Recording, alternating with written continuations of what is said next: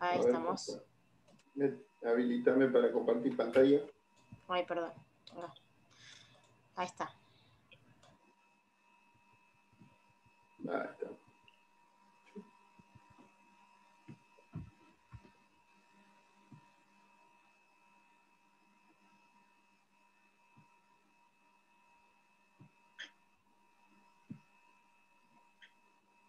Perdón, una pregunta. ¿Sí? ¿Cuál era la película? ¿Cómo se llamaba? Despertares. Despertares.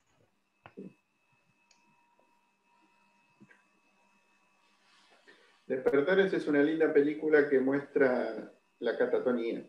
Está basada en ciertos hechos reales. El médico que representa a Robin Williams existió, fue el primero que probó la levodopa en los pacientes catatónicos, hizo un par de pruebas y demostró que la catatonía era podía ser tratada con medicación y demás. Y después se le vino para atrás. Todo. ¿Eh? Digo, después no pudo, se le frustró. Es que no, la catatonía responde solamente a los antipsicóticos y hasta Claro. ahí. Por eso se considera que es una esquizofrenia, porque el paciente arranca otra vez a moverse después de consumir varios días de antipsicóticos. Claro. Evidentemente quiere decir que los antipsicóticos duros, como el haloperidol, que baja mucho la dopamina, evidentemente el paciente, más allá de su inmovilidad y su mutismo y que no se expresa, tiene evidentemente algún despliegue, o sea, se cree que la ideación delirante o las alucinaciones llevan a la inhibición motora. El propio cuadro de psicosis lo lleva a la inhibición motora. Entonces, cuando vos le aflojás el cuadro, el paciente vuelve a moverse y se vuelve a comportar como quien era. Yo las 2 veces que vi catatónicos, los catatónicos cuando restituyen impecable. Vuelven a ser una persona, digámosle, común. No sé si normal del todo, pero no andan como los muchachos que tenemos allá en el Pena, que andan caminando por los colectivos, cantando por los pasillos y pidiendo cigarrillos. Se comportan un poco mejor. O sea, vos lo ves y no parece un psicótico. Pero de golpe está hablando con vos y se empieza... Yo tuve la chance de ver a una chica que cuando la trae el marido, pues me dice, están iniciando la crisis. Yo le decía, ¿la crisis de qué? Y la chica se me quedó con la virome en la mano, porque tenía que firmar su internación, porque como era voluntaria, y ella se quería internar porque dice, me está agarrando la crisis, y se me quedó alrededor de 15 minutos en esta posición con la virome y no le podíamos hacer firmar. Hasta que en un momento afloja de golpe y hace la firma, y ahí se me queda otro rato, y así era, tenía que esperar entre 5 a 10 minutos cada decisión y movimiento que hacía. ¿Se imaginan para trasladarla al pabellón? Porque son pacientes que no tienen riesgo, que al revés los tenés que vigilar porque, viste, cómo se quedan así. Se comportan como la tortuga. ¿Vieron que usted cuando la miran a la tortuga va así y parece que está quieta o no se mueve y de golpe la dejás de mirar y la tortuga aparece en la otra punta de la casa y vos decís, ¿cómo mierda llegó hasta allá? Si se mueve, bueno. ¿Sabés las tortugas que se me escaparon a mí, Juan, en el patio? Eso es porque la tortuga corre, que parezca mentira, cuando la tortuga empieza a revolear las patitas así, acelera a una velocidad que es fascinante. Pero el catatónico es algo parecido. Vos estás así y estás parado así en una esquina, mirándote, vos te distrajiste, fuiste, y de golpe lo ves que se desplazó hacia otro lugar y que está duro en otro lugar. No me pregunten por qué, pero era fascinante. Vos estaba en la pieza, vos la llamabas y estaba así quieta en la puerta y miraba, ¿viste? Y lo único que hacía me movía el ojito. Yo me metía en la enfermería, hacía unas cosas, salía y ya la tenía a 10 metros más cerca. Seguía haciendo otras cosas, cuando volvía ya la tenía casi cerca de la puerta de la enfermería. Parece el juego de cigarrillos 53, ¿cómo es? 43, es que te das vuelta y ya te das vuelta. Sí, tal cual. Estamos hablando de una catatonía medicada rápida de entrada, claro, y que respondía bien a la medicación, entonces por eso se comporta así. Si no, se queda rígido y no se mueve de su posición. Pero Juan, una pregunta. sí, ¿Y recuerdan ellos lo que pasó anteriormente o no? no, generalmente no. La chica esta lo único que recordaba era que sabía que, dice, quería escribir y no podía. Era lo último que recordaba. Ah, o sea que son los últimos 3 segundos que le quedan en la mente, nada Claro, más. el Sí, inicio de la crisis. cuando entran en la catatonía total, por lo menos los que yo vi no recordaban qué les pasaba. Ah, Ahí se torna lo difícil si realmente son psicosis o no, si está ideando cualquier locura para quedarse así rígido. claro. Ahí ¿Se puede entra observar si estas personas duermen en su crisis de catatonía, los que están por mucho tiempo? Sí, duermen. Ah, Cumplen con el duermen. ciclo vital, le cierran los ojos y duermen. ¿Sí? Ah, No se mueven, pero duermen. bien. Y lo de los reflejos era así, porque en la película, bueno, me acordaba de los reflejos, ¿no? Que tenían, que eran impresionantes. Que estaban así catatónicos, pero vos le tirabas una pelota y Sí, es muchas así veces también. pasa eso. Tú le tirás la pelota y el tipo te hace así con la manito y como, a veces no la ataja, pero se Sí, pone sí. como para querer atajarla. O vos le haces un movimiento así hacia él y el tipo por ahí hace un movimiento, se desplaza. A veces pasa, a veces. Yo las que vi no hacían eso. Le Bien, tiraba la lapicera y estaba duro así, me movía el ojito nada más.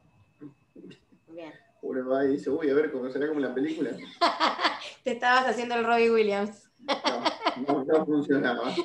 Y lo de la flexibilidad seria, yo le agarraba la manito y le ponía así, Sí. y se me quedaba parada ahí en el pasillo con la mano así, y podía estar 10 horas con la mano así, hasta que yo no venía y le decía, bueno, bajala, o ponela así, no.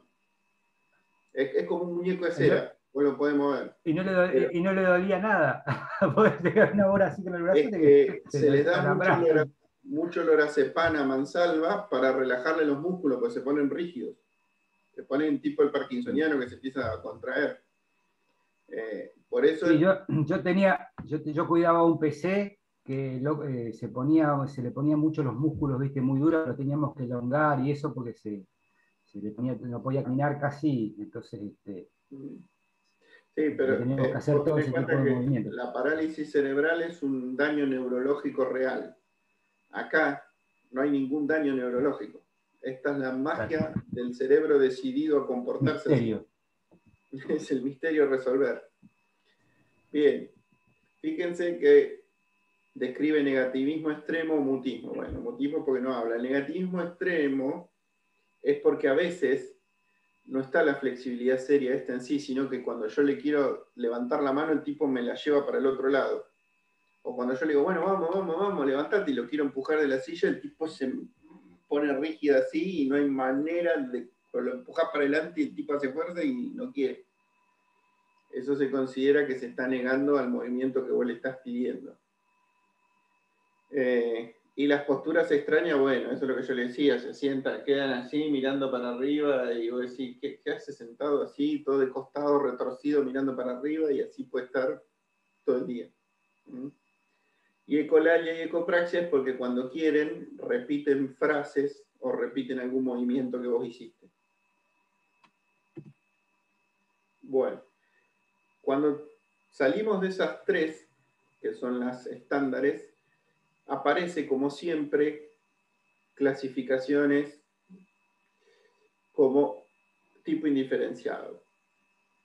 Es como el indiferenciado es como el no especificado. Es cuando no sabemos qué corno es, ponemos esquizofrenia tipo indiferenciada. O sea, no sabemos bien qué es. Fíjense que le dice un tipo de esquizofrenia en que están presentes los síntomas del criterio A, que son los más importantes, pero que no cumple los criterios para paranoia desorganizado catatónico. O sea que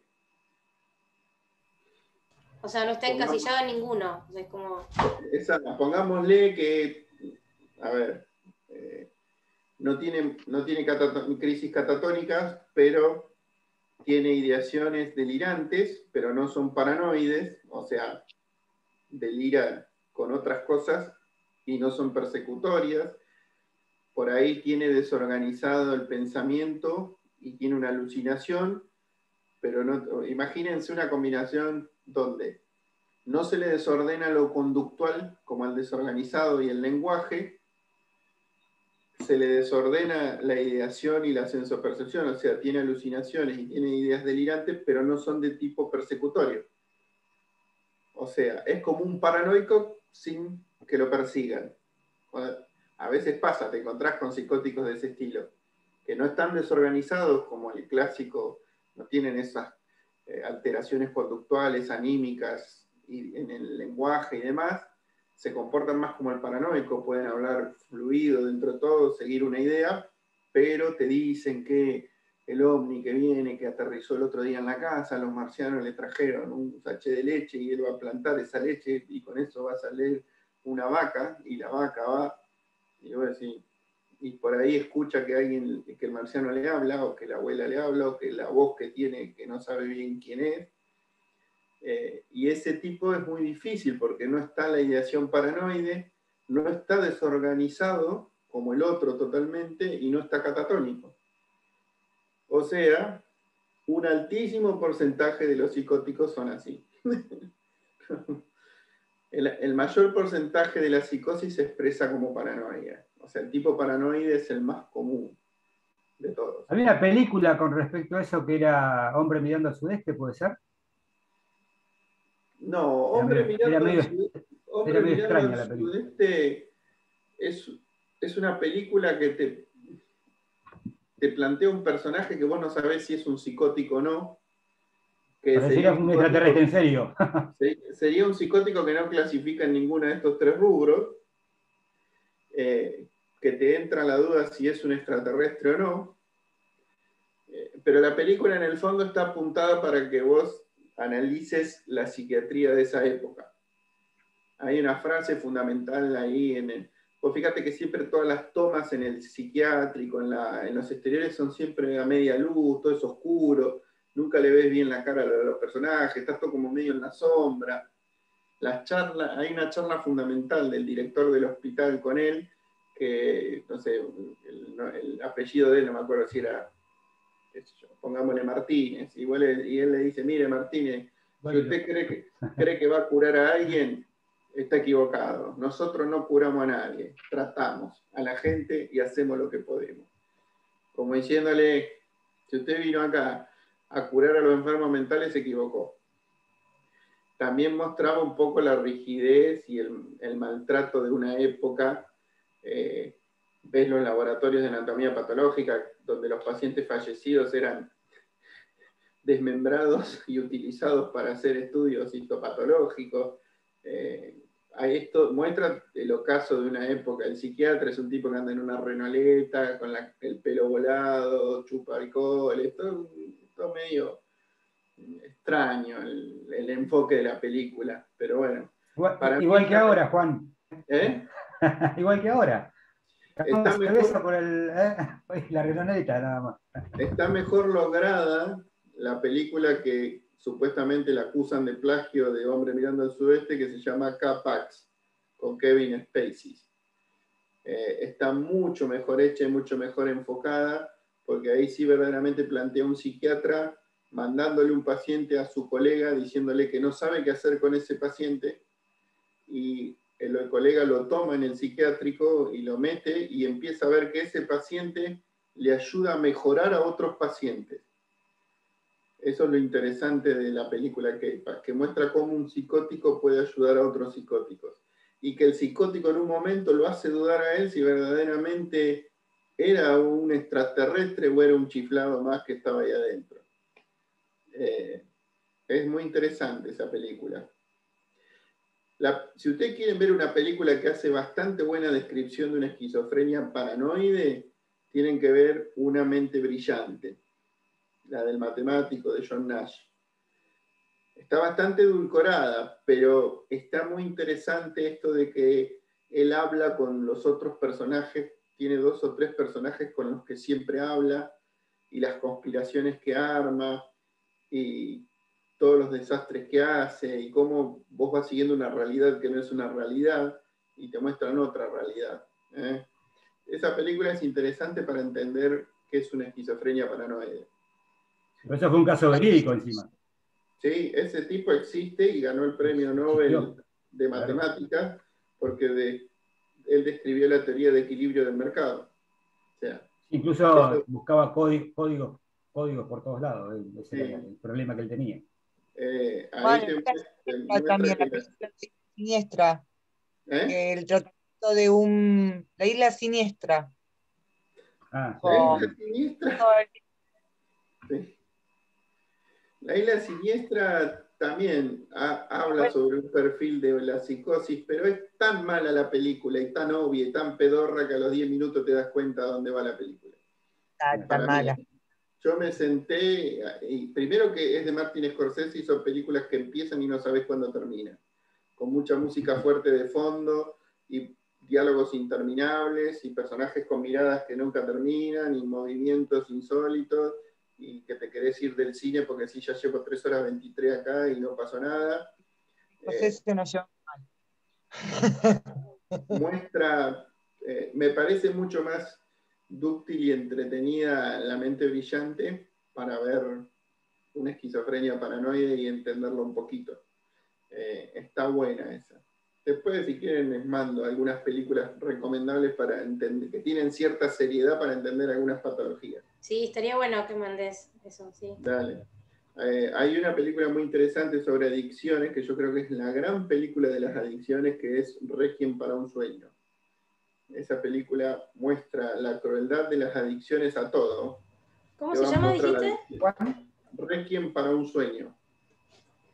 Una de las primeras películas de Darren Aronofsky antes de que haga cosas como El Cisne Negro. Es interesante. Les va a mostrar la adicción a la droga en sí, drogas blandas y duras, pero también va a mostrar la adicción a la dieta, a la anfetamina, a la televisión y a la sociedad. Es interesante el planteo de la película. Es áspera, pero bueno. Es vieja, es del 99 más o menos. Bueno, después existe algo que es la esquizofrenia residual. La esquizofrenia residual, en realidad, fíjense que le dice, sigue los siguientes criterios. Ausencias de ideas delirantes, alucinaciones, de lenguaje desorganizado y comportamientos desorganizados.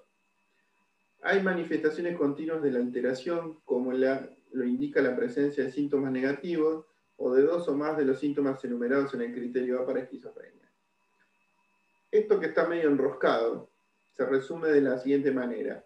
Cuando nosotros hablamos de esquizofrenia tipo residual, estamos hablando de un esquizofrénico paranoide o un esquizofrénico desorganizado 30, 40 años después de evolucionar. Todos los esquizofrénicos, cuando llegan a los 40, 50, 60 años, empiezan a entrar en fase residual. O sea, se empiezan a apagar los síntomas positivos, o sea, la ideación delirante está, pero no lo moviliza. Entonces, pues yo soy el dueño de la cancha y tengo un montón de campo y bueno, y a mí me deben toda la plata. Y vos le decís, bueno, pero yo no te la voy a pagar. Ah, bueno, entonces Agustín se va. 30 años antes te venía a reclamar la plata del campo y si no le daba te prendía fuego la casa. Estamos. Yo me acuerdo un personaje que él decía que era el director de la clínica bahiense y se iba todos los días a reclamarle a la secretaria el pago mensual de todos los haberes que le debían desde hacía muchos años. Y la secretaria decía, no, vení mañana que el contador se fue. Ah, bueno, listo, se da media vuelta y se iba. Eso es porque es residual. 30 años antes, ese paciente te pateaba todo y te decía, páguenme porque los cago a piña todos, son todos unos ladrones, hijo de puta, y se te venía encima. ¿Por qué? Porque seguía su ideación delirante.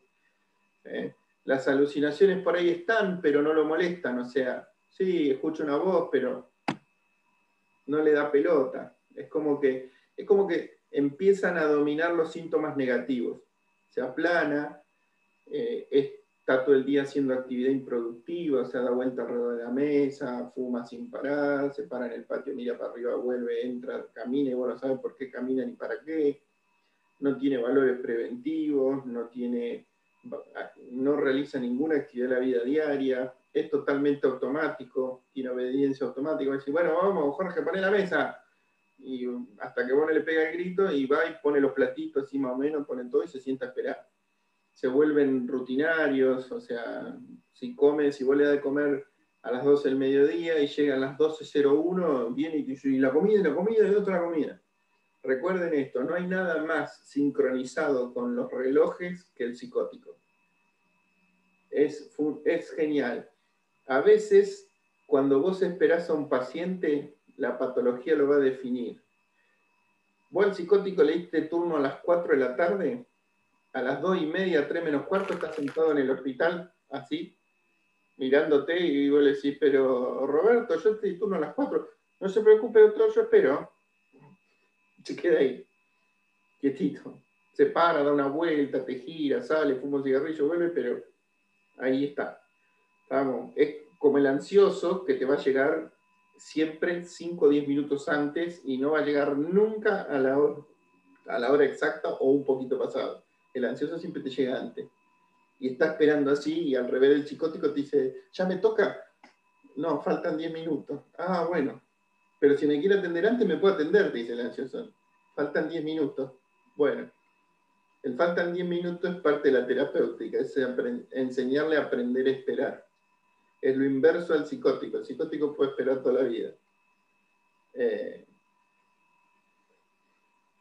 Bien. Otra pregunta. Sí. El tipo residual es un paciente que estuvo en tratamiento, no un psicótico que nunca estuvo. Es decir, lo residual le viene después de ser tratado tantos años. No, a ver, no existe. No. Un paciente que nunca fue medicado no llega a la residualidad. Bárbaro. Recordá las descripciones de Kraepelin, o sea, a la psicosis Kraepelin la denominó demencia precoz, porque a los 25 años el pibe se demenciaba. Esas eran las épocas que no había medicación. Kraepelin los observaba demenciarse y deteriorarse porque no había nada para darle. Por eso la psicosis fue descrita como demencia precoz. O sea, si vos, lo que hay que explicarle a la gente, que lo que hace la farmacología en un psicótico es regalarle años de vida, nada más. Frena el deterioro de la enfermedad, nada más. La enfermedad va a seguir progresando, va a seguir deteriorándolo, y el fármaco a su vez tiene sus efectos a veces que no son buenos y genera deterioros junto con la enfermedad. Pero que hoy un psicótico pueda vivir hasta los 60 o 70 años es gracias a los antipsicóticos. Si no, como te los describía Kraepelin, a los 30, 40 años se morían demenciados.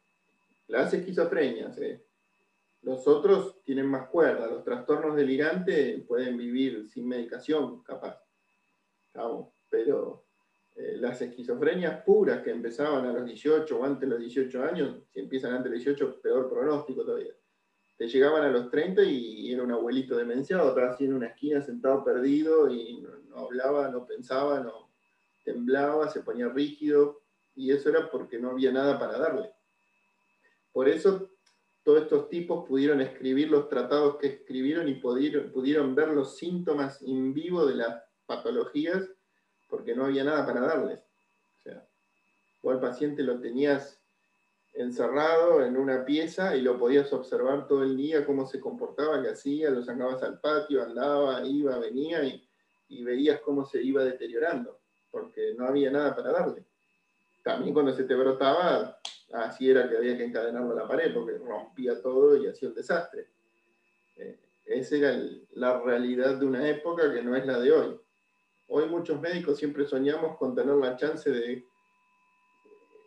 Yo siempre dije que a mí me hubiera gustado tener la posibilidad de que los hospitales tuvieran algunos lugares específicos donde yo al paciente, cuando llega en el brote agudo, pudiera sostenerlo, aunque sea 24 o 48 horas en estado natural de la enfermedad, para ver cómo se comporta.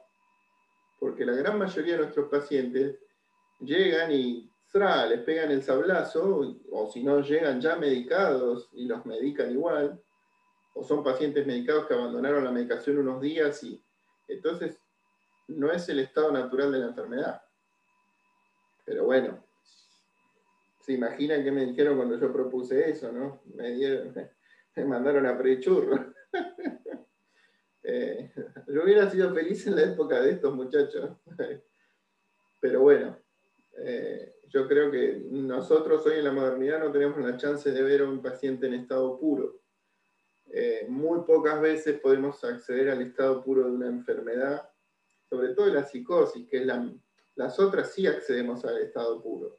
A un depresivo, a un bipolar, a un ansioso, a un panicoso, los vemos debutar y vemos su estado puro, porque llegan a pedir la medicación por cómo están. Pero el psicótico es muy... O sea, salvo el familiar directo o el que lo recibe cuando es muy jovencito la primera vez, es el que lo ve con los síntomas. Y yo lo veo un ratito con los síntomas, lo evalúo y lo tengo que medicar. Me obligan a medicarlo, no me dejan tenerlo un día, aunque sea viendo qué hace. Lamentablemente es así. Bueno, criterios de diagnóstico para el trastorno esquizofreniforme. Esto era lo que yo le decía. Cuando no llegamos a los 6 meses, fíjense, un episodio del trastorno que dura al menos un mes, pero que no llegó a los 6 meses, se llama esquizofreniforme. O sea, que como yo le decía, que hasta que no pasamos los 6 meses, no le podemos poner esquizofrenia. Se le pone trastorno esquizofreniforme. Hasta ese momento es algo que se asemeja a la esquizofrenia. Bien.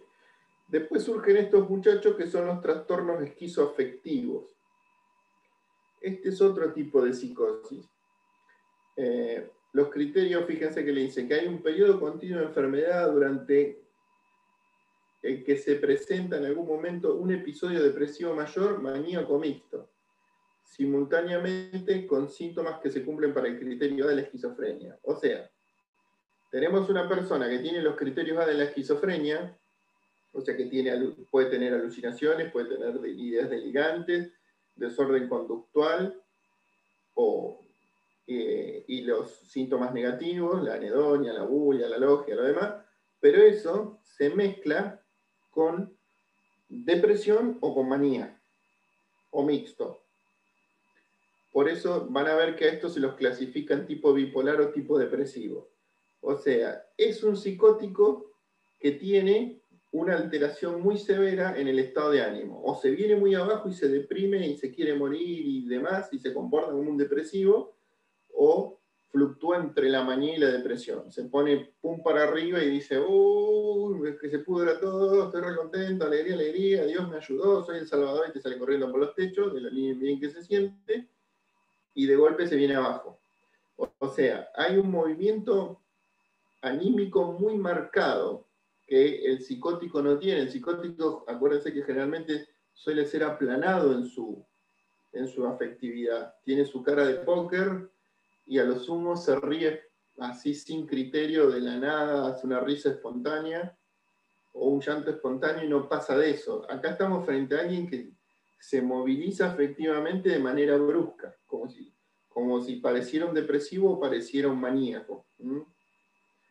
Estos pueden ser confundidos con los bipolares, que no es lo mismo, pero bueno.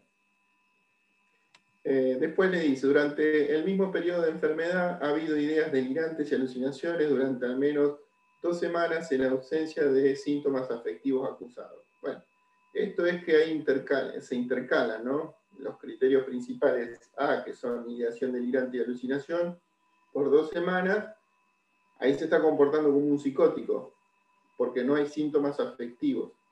Pero en algún momento, a las 2 o 3 semanas, aparecen los síntomas afectivos y se despelota totalmente.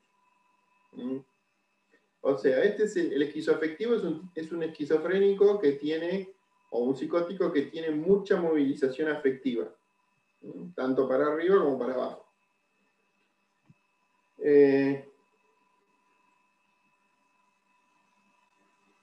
Después le dice que los síntomas que cumplen los criterios para episodios de alteración del estado de ánimo, o sea, maníaco depresivo, están presentes durante una parte sustancial del total de la duración de la fase activa.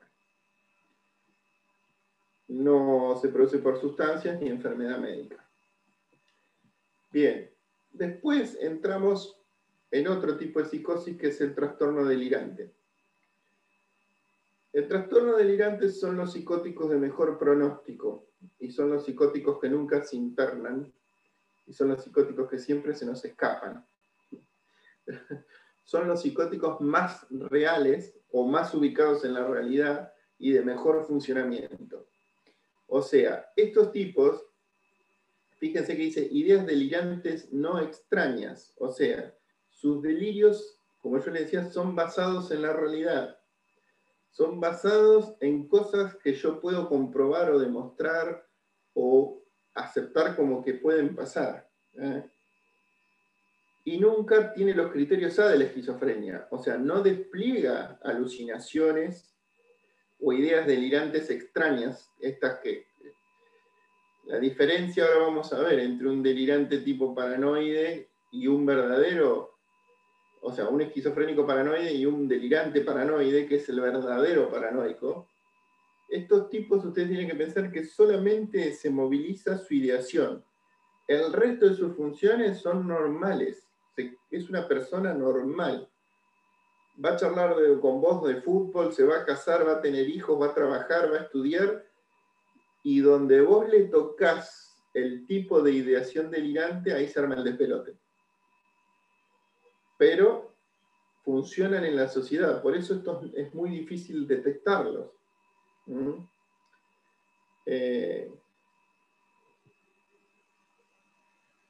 Fíjense que la actividad psicosocial no está deteriorada de forma significativa y no tiene comportamientos ni raros ni extraños, ¿estamos? A pesar de que hay un impacto de ideación delirante.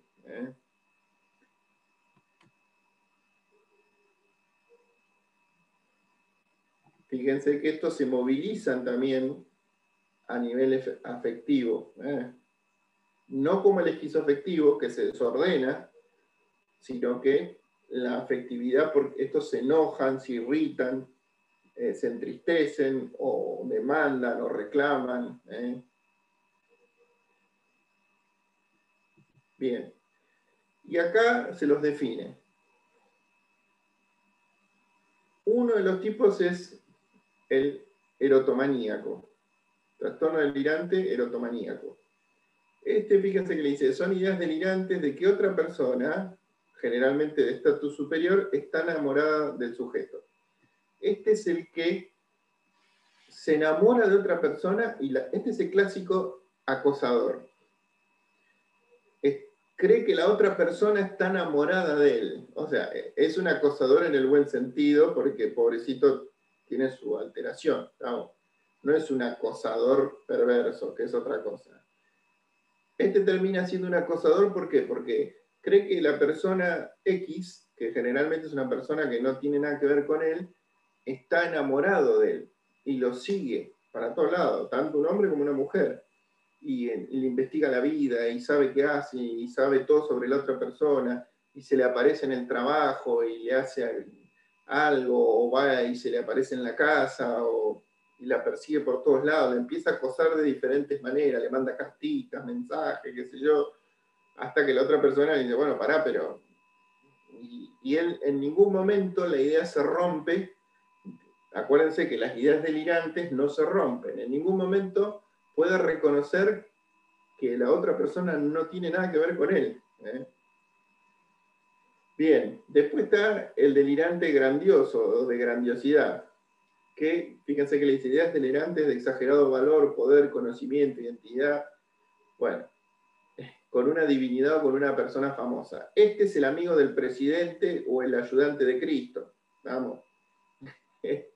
Él te resuelve la vida, te soluciona todo, él te puede contactar con las mentes y los poderosos más grandes del mundo, él hizo todo lo que hizo. Este es uno que pasa totalmente desapercibido y no suele joder en su delirio. Después empiezan los dos más peligrosos, que son el celotípico, donde acá empiezan las ideas hacia el compañero. Fíjense que dice compañero sexual es infiel, o sea, acá siempre la pareja me está engañando, me está traicionando. Es siempre contra la pareja el celotípico.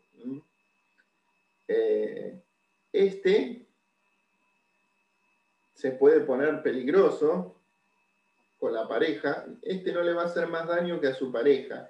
o alguien que quiere interferir con su accionar sobre su pareja, ahí por ahí se puede poner peligroso. Pero acá el que más riesgo corre es la pareja. Porque mientras... A ver, a diferencia de un perverso, golpeador, abusador, o sea, a su pareja la trata bien, hasta que empieza la conspiración de que lo engaña. Entonces la empieza a regañar, pero no... por más que la pareja le dice, sigue insistiendo y no hay caso. Che, se va a cortar esto. Sí, se va a cortar, te iba a decir eso. ¿Querés que Bueno. arme otra? Sí, armamos, Dale. así terminamos con esto. Bueno, ahí armo. El Un mismo link. ratito más y terminamos. En el mismo link pueden entrar. Dale. Listo, genial.